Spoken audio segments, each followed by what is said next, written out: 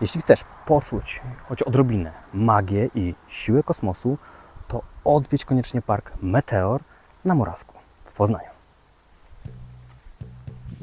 Zanim jednak wsiądziesz w samochód i wbijesz adres w nawigację, zobacz do końca ten film, aby wiedzieć, jak to wygląda i skąd się tutaj wszystko wzięło. Jeśli widzieliście mój film z Brukseli, to byłem tam w Muzeum Historii Ziemi i przy okazji Parku Dinozaurów.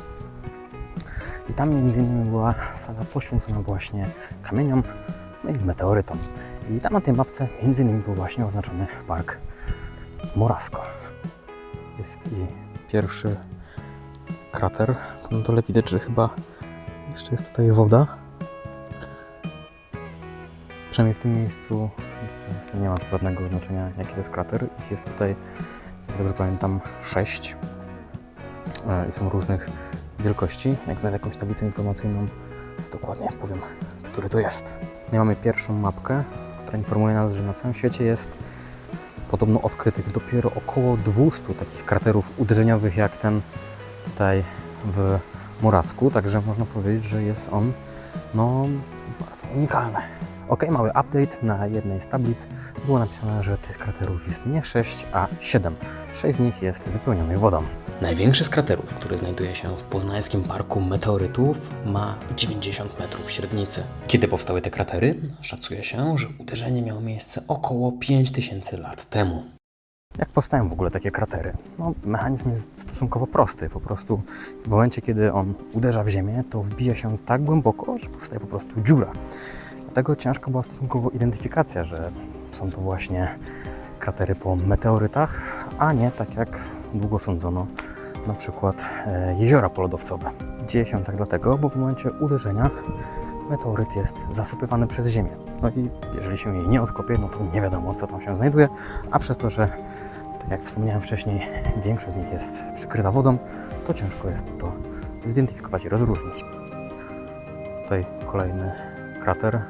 W zasadzie gdyby nie tablica, to ciężko byłoby na niego zwrócić uwagę, bo jest bardzo mocno porośnięty i wyglądałby to jak zwykła dziura.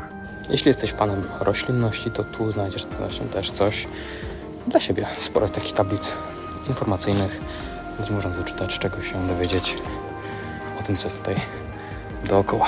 Niestety na szlaku możemy zobaczyć tylko 3 kratery, przez co trasa jest stosunkowo bardzo krótka.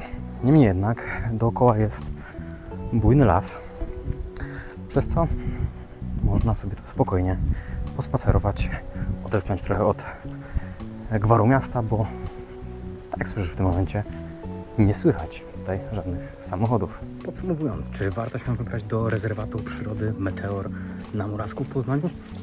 I tak i nie. Jeśli mieszkasz w Poznaniu lub w promieniu 100 km od Poznania, myślę, że zdecydowanie tak.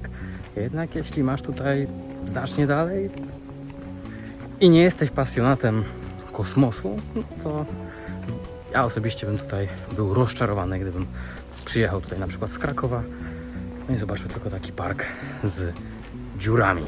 Bo tak myślę, że może być to odbierane przez niefanów kosmosu i tych klimatów. Jeśli byłeś w Parku Meteorytów na Morawsku, to koniecznie podziel się w komentarzu swoją opinią na temat tego miejsca. Jakie zrobiło ono na Tobie wrażenie? A jeśli jeszcze nie widziałeś mojego filmu z Brukseli, to koniecznie również go zobacz. Link umieszczam w opisie.